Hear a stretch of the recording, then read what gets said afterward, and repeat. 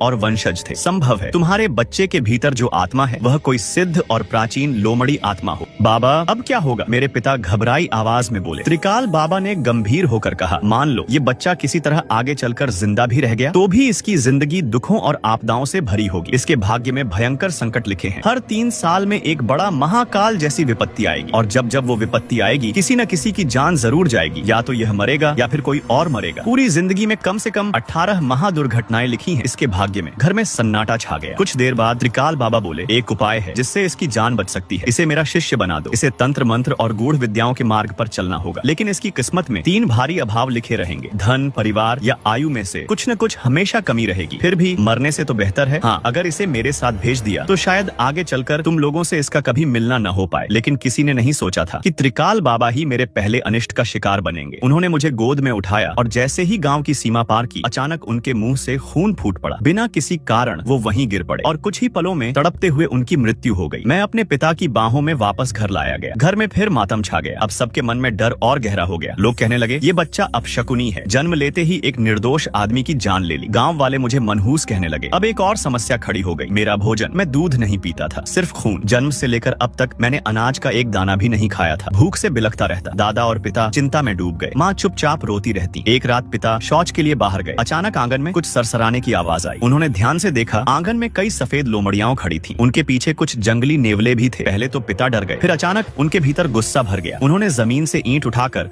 उन जानवरों पर फेंकी। उसी समय दादाजी भी बड़ी तलवार लेकर बाहर आ गए। उनकी आंखों में खून उतर आया था। जानवर उन्हें देखते ही डर कर भाग गए। दादा बड़बड़ाने लगे, हे भगवान, मैंने सारी उम्र पुण्य किया, देश सेवा की, कभी किसी का बुरा नहीं किया। बुढ़ापे में ये कैसी परीक्षा आ पड़ी। तभी उनकी नजर दरवाजे के पास पड़ी। वहाँ कुछ मोटे ताजे